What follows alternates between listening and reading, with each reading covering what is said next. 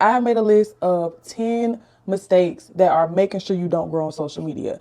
And most people are making these mistakes. And like I said, I'm just keeping it real. So they're pretty blunt and they're pretty straight to the point. So I'm just going to go ahead and get into it. Make sure y'all like the live. If y'all have questions while I'm talking, feel free to put them in the chat, and then I'll try to answer them as I'm going along.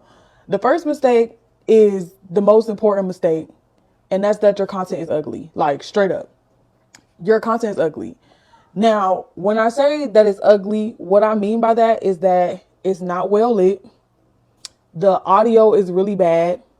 There's distracting things in the background. Your camera lens is not cleaned off. There are just factors that make your content visually unappealing.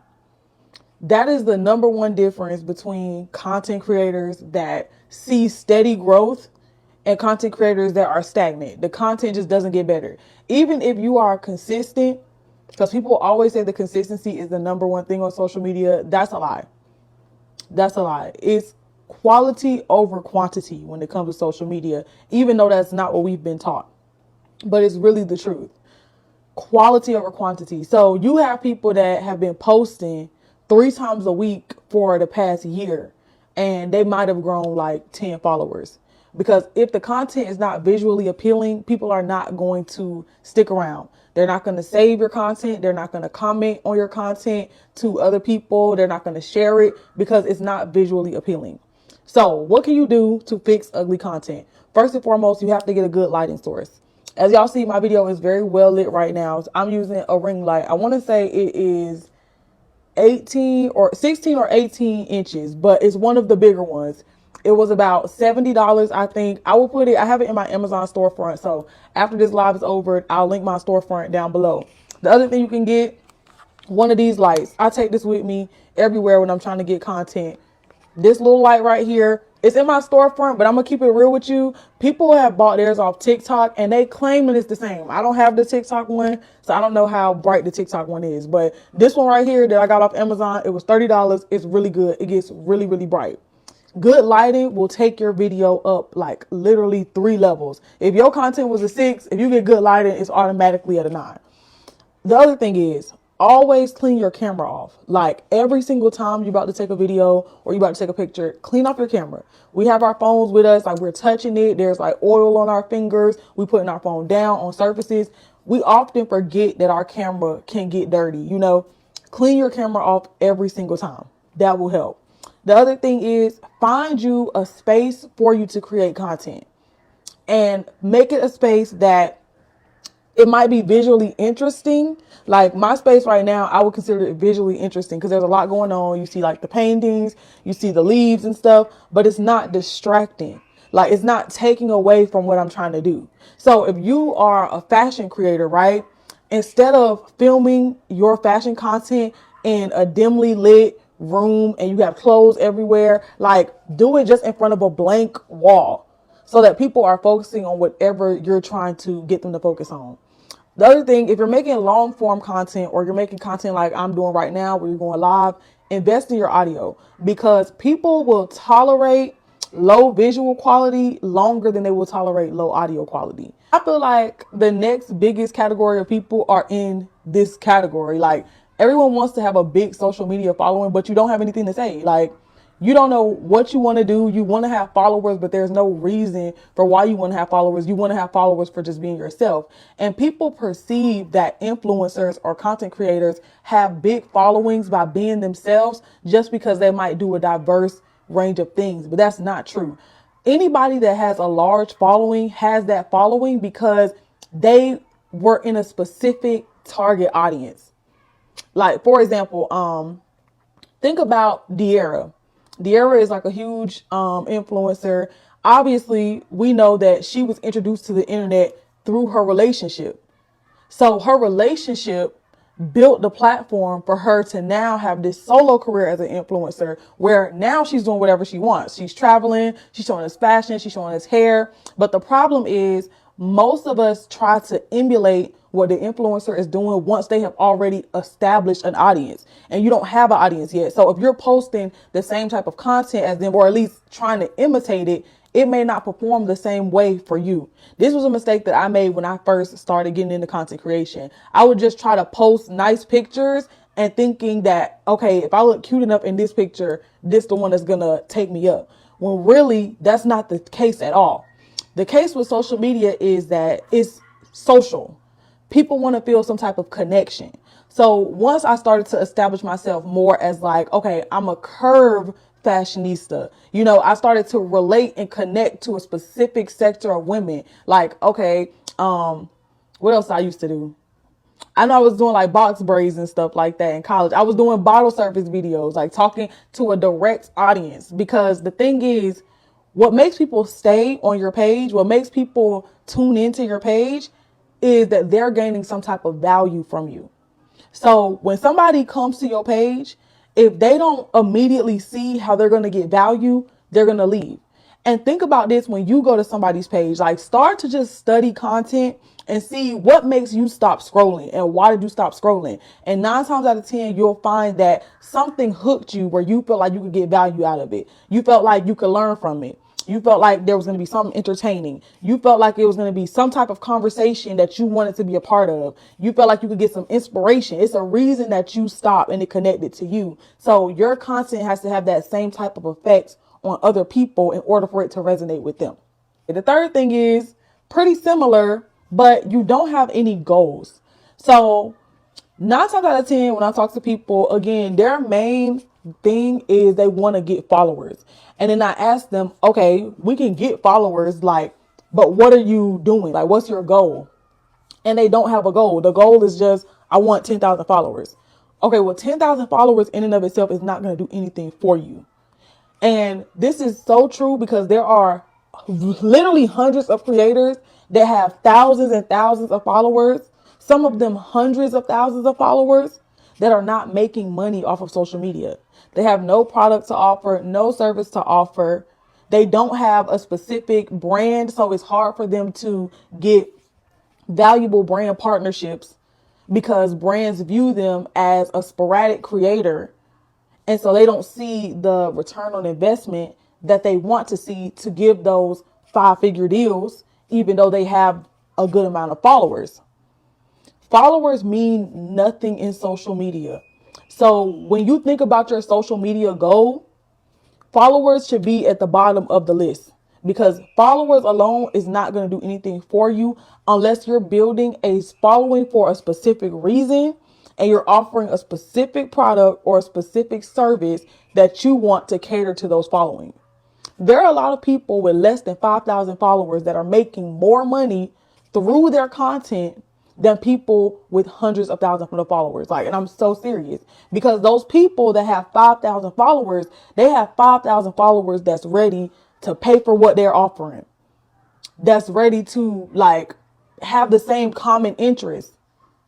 A hair care creator, for example, that has 5,000 followers, but she does nothing but natural hair content is going to get offered more money from a natural hair care brand than somebody with 50,000 followers and their content is all over the place. This is why I always recommend having a niche. But a lot of times it's hard for people to decide and decipher what they want to present themselves as on social media. The next thing, number 4, is you only want followers. I feel like that was pretty much the same thing, to be honest. But you can have different goals. So let me actually elaborate on better goals to have when it comes to social media. Better goals to have for social media would be looking at your engagement. When you're first starting on social media, you shouldn't be looking at your followers. You should be looking at how many people engaged with what type of content, because that will help you to determine what you're good at. Like, you honestly don't really choose your niche when you're first starting out. You kind of let people tell you what you're good at. And on a day-to-day basis, think about what people ask you about. Do people always ask you about your hair? Do people always ask you about your nails? Do people always ask you about what you're wearing? They ask for your recommendations with interior design. Are you a really good organizer? There's so many different niches, but people will ultimately tell you what you're good at based off of their response to your content. So that's what you want to pay attention to, not so much the followers. You also want to pay attention to metrics such as how many people comment, and also engaging with those comments. So building a strong community versus a large one will get you further when it comes to social media. All right, moving on. Let me know if this has been helpful for you guys. And again, if y'all have any questions, feel free to type them. Number 5 is another thing that happens pretty often, and that's you post whatever you want with no strategy. Posting with no strategy is a complete waste of time. There's certain pages that you'll go to and it's just like a bunch of random memes. It's like, this is what I had for breakfast the other day. This is the weather today.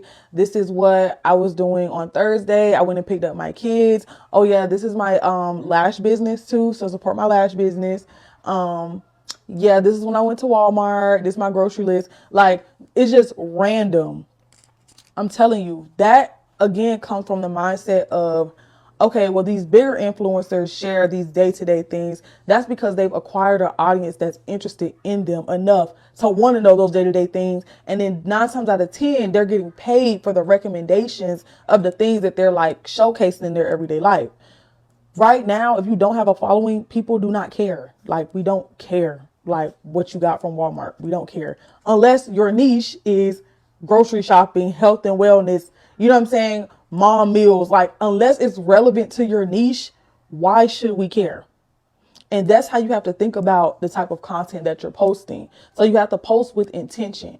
If you're trying to build a following, let me see, what's a niche that I saw the other day? Okay, so a niche that I helped the other day was a woman who did organizational hacks for moms. So when I went to her content, I saw things like motivational quotes. I saw happy 2024. And then they just seemed like personal videos. And she was sharing tips and advice in those videos. But if I was not, going to her page for an audit, I wouldn't have clicked on those videos because it didn't seem like it had anything to offer me right off the bat.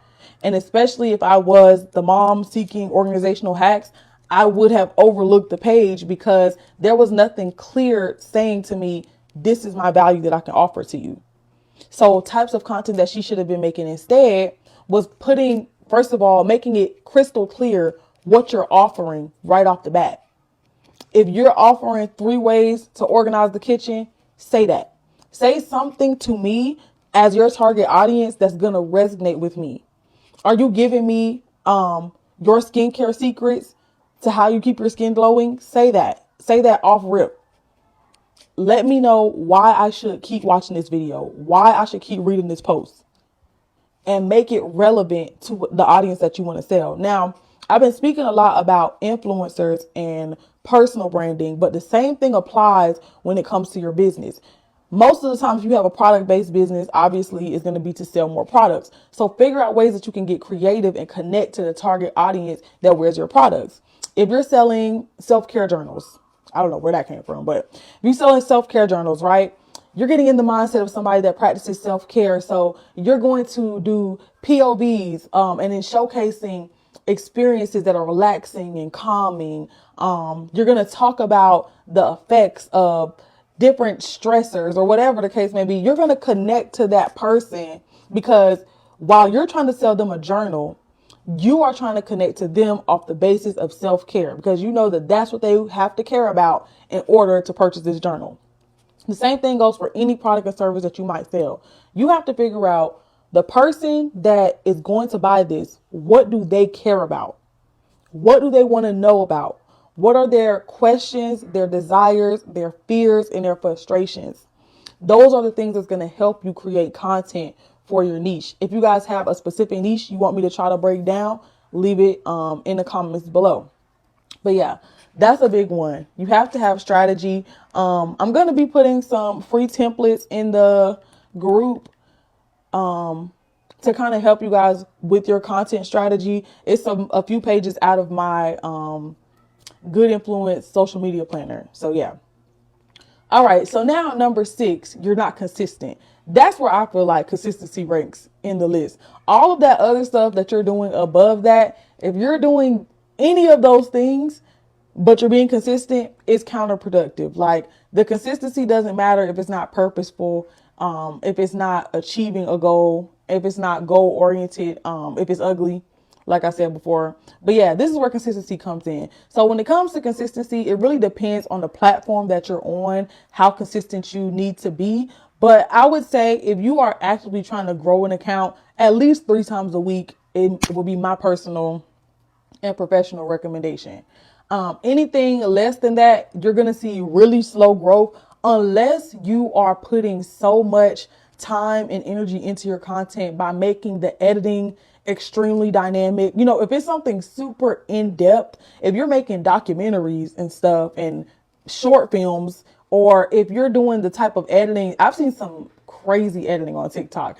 But if you're going above and beyond in that way, then you don't have to post as much because, as I said in the beginning, it's quality over quantity when it comes to content. So if you're going the extra mile in the quality department, you can kind of skim a little bit in the quantity. But if it's vice versa, then it's vice versa. You need to step your content up. If you know you're not a dynamic editor and you don't plan on becoming one, you need to be posting a little bit more because you're going to capture people by the amount of information that you're giving them, your dedication to it, and ultimately you'll be able to stay up on trends because you're posting more consistently.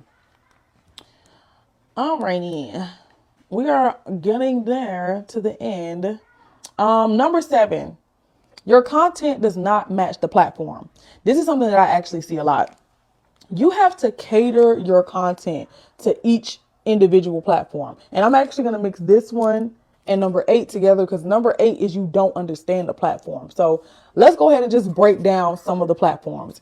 Right now, almost every platform is pushing short form content. So Facebook has Reels now, Instagram has Reels, TikTok Shorts, YouTube Shorts. All of these places take the 9:16 ratio. So first and foremost, if you are posting videos that are the long way landscape, turn this way, like how you watch YouTube videos on TikTok, there needs to be something to compensate for that. Like, one, this video has to be really visually entertaining in order for me to keep watching it because you're throwing off the balance of people who are scrolling and used to seeing content that's this way. So if it's this way, there need to be some text at the top and the bottom of the video or the photo. Fill up the screen. When people like shrink down their video so that it's like smaller than the screen, why do y'all do that? I don't know. Nobody wants to watch that. They're gonna scroll. Make sure your video takes up the whole screen. So you guys see how I'm in frame right now? Right now you can see a good amount of background. You can see my whole like upper body, and the center of the video, which is my head because I'm talking, is in the center of the camera. That's how you want to be. If your center of your video, like your focus of your whole video is fashion, for example, you want your body, your whole body to be in the center of the camera. And you want it to match the orientation of whatever platform you're on. The only time you should be turning your camera sideways is if you're filming YouTube videos, because that's literally the only platform that takes that that landscape mode. Everything else should be filmed portrait wise. Now, vice versa, if you're on YouTube, turn your camera to the side, because people on YouTube, unless they're watching a short, they're used to seeing things aligned horizontally. So that's how you want to shoot your video. When it comes to the type of content that each platform responds to, every platform has their own trends that they have going on. And these things change because algorithms change, and you have to kind of just watch and study and focus to see what the different trends are. POVs, for example, are something that I find more on TikTok than on Instagram, even though I do still see them from time to time on Instagram. People doing longer short form content typically goes on TikTok. Instagram now is very quick videos. It's very fast paced. That's more of the choppy aesthetic type of edit. TikTok is a visual search engine. YouTube is also a search engine. So let's break down these two platforms and what a search engine means. If you are posting a video on YouTube, people are going to find it based off of what they search. So when you are working with a search engine platform, you are going to want to use words We call this SEO, search engine optimization. You're going to want to use words that help people find you. This is why at one point in time, hashtags were really important in Instagram. Like right now, not so much. They're shifting their SEO algorithm. But TikTok and YouTube are both still this way. You know, when you look on TikTok and it has like that little search bar at the bottom and it bases it off of what people are saying in the comments, what other people are watching that's similar to this video, YouTube is the same way. So with that being said, when you're creating content for TikTok and YouTube, you want to be very descriptive about what it is that you're providing and that you're offering, whether that's through hashtags, whether that's through putting text on the screen, whether that's through your titles, your description box. You want to be very specific and use as many words as possible that is relevant to what you're posting. That's going to help you maximize the search engine on TikTok and YouTube. Now, Instagram is a little bit different. Instagram is a mixture of a visual and text-based SEO. So Instagram and Pinterest have this in common where they associate your images with other images that look similar to it. Kind of like how Google does the image search. When you put something in Google image search, it finds all the images that kind of match it a little bit. Like the same thing is happening with Instagram and with Pinterest. So when you're posting something on Instagram, if it's bad quality, bad lighting, and it typically looks like other bad performing content, then it's not going to get pushed, which is why you see a certain type of image when you go on your explore page, because Instagram has figured out what type of images you're likely to click on and to react to. So they show you images that are like that. So how you utilize this to your advantage is you find people that are performing well in your niche. See what type of content they're posting and see how you can use elements of their content in your content. Not stealing it, but just looking at it and studying it. For example, if you notice, they have very high quality videos. I noticed that a lot of hairstylists, for example, that go viral, they have a very dark aesthetic. So they have like a dark background. There's normally like some type of elegant plant. They all have a similar type of style. At least that's what I get recommended on my explore page. So find pages that feel good to you, that you feel like this is ideally what I want my page to feel like, and start trying to emulate content like that, but putting your own personal twist on it and putting your own personal experiences on it. Number 9 is you make content for you and not your audience. So what this means, it kind of goes based off of what we've been talking about when it comes to value. You have to make content with your audience in mind. It's not just about you. You're not just showcasing you. You are trying to appeal to a community. You're trying to appeal to your audience. So you have to make your content something that would captivate their attention. For example, let's say I'm gonna do a business example because I've been doing a lot of personal example. Let's say you're a real estate agent, right? Okay, instead of posting the families that you sold houses to, like that's a cute little filler content, you know, where people, they're like passing their key, like, oh, hey, just sold another one. What you need to be doing is posting for your audience. Your audience wants a house. So yes, in a way that does help, but if that's all they're seeing from you, or all they're seeing is, you know, just standard pictures they could see on Google, they're not going to be enticed or want to work with you. How can you elevate your content?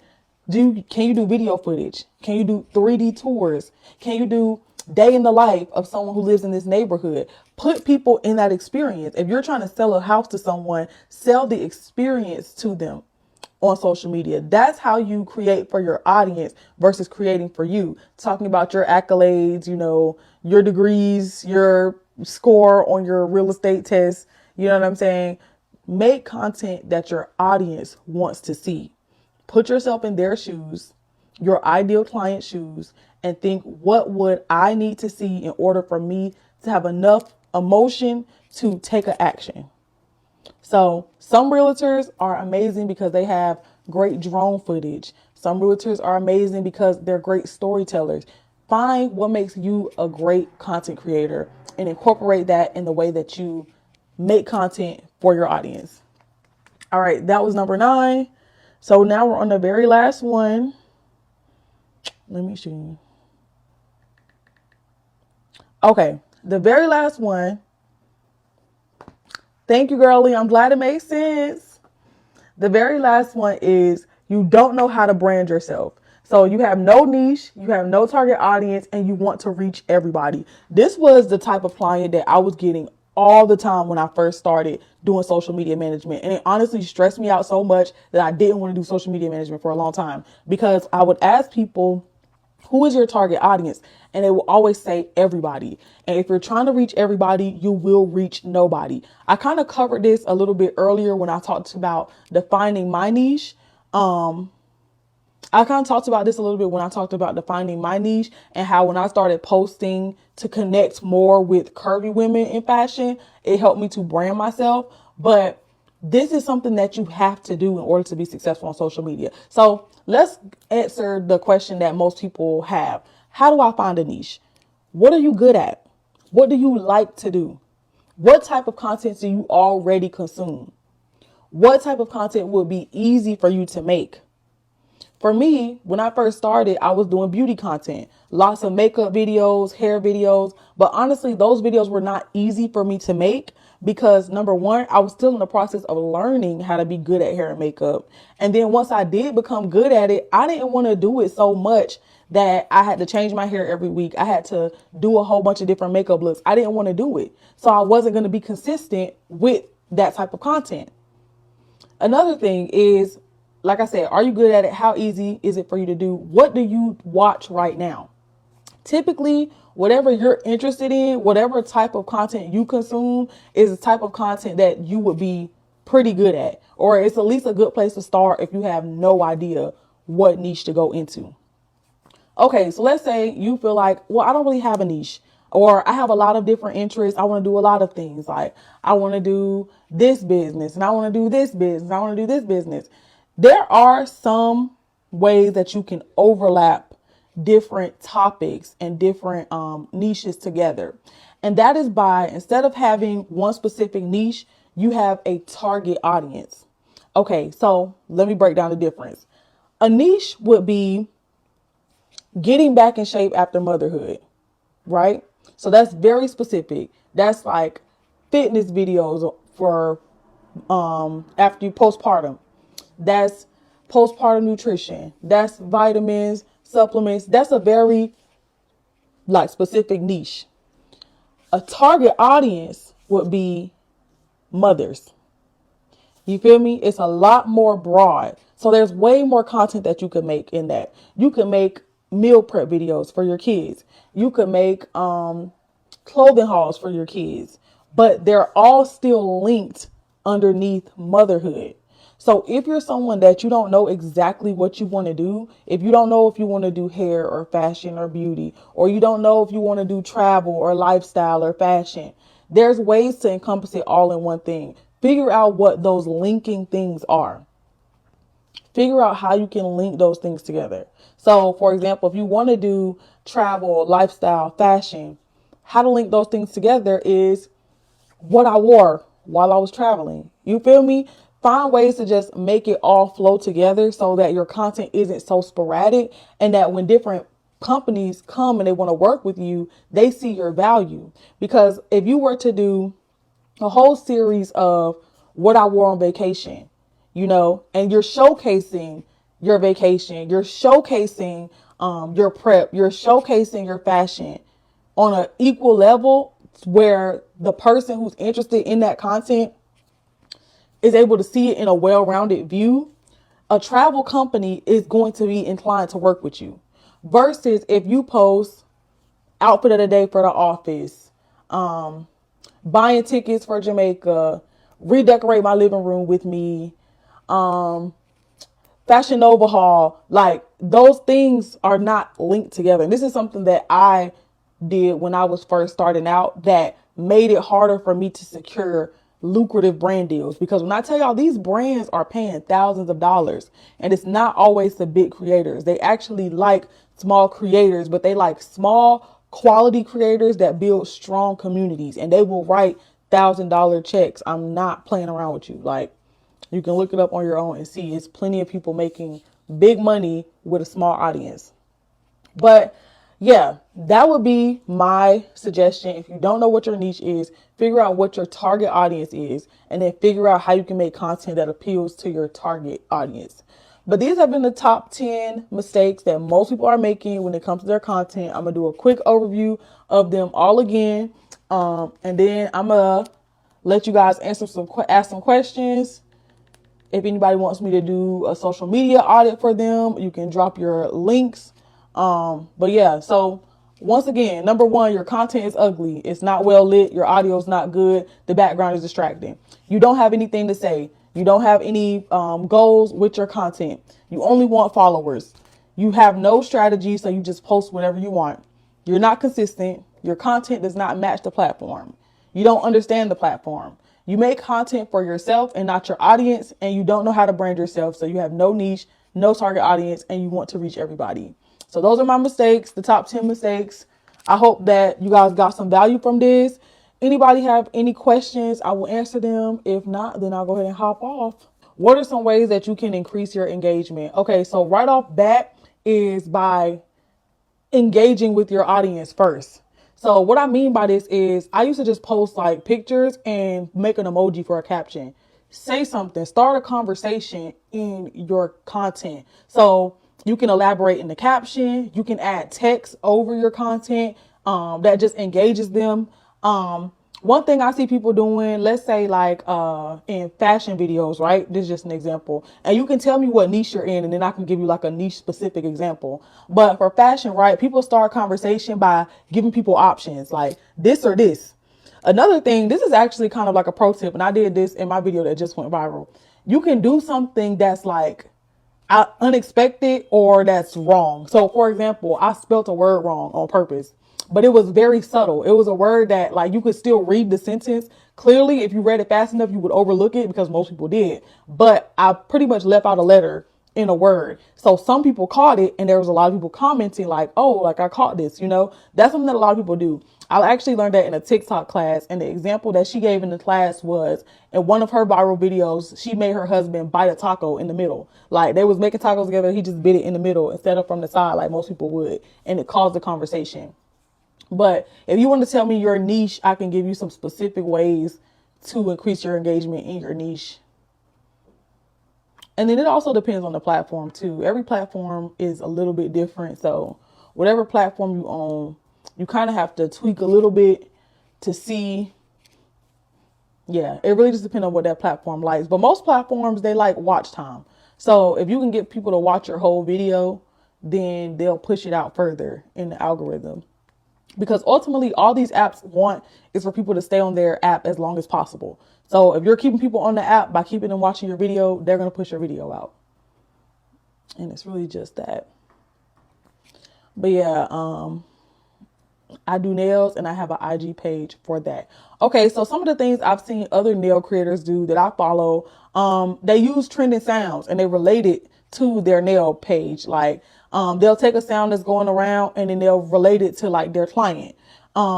What you could do is like a this or that. So I don't know if you like do press-ons or something like that, or if you sell anything, but even just with your clients, like you could do like which set do y'all prefer, and then showcase one client and then showcase another one. Or you could do something, let's see, what's like a attention grabbing thing that you could do? You could tell a story. I see a lot of people do that work in customer service. Tell a story. It don't gotta be a real story. Tell something crazy. Like you showcase you doing the nails, right? And then you telling people like, y'all, I had the craziest client the other day. This girl came in, she was, all her fingernails was dirty, da da da da. Like, and then she tried to run out on me. You get what I'm saying? Like people start a conversation with people and they will engage. And then the best type of content is when the conversation is so engaging that you have people in the comments going back and forth with themselves, and it's not even about you. So your video is constantly going up because they're going back and forth in the comments. But let me know if that makes sense. Those would be some suggestions that I would say for your nail page.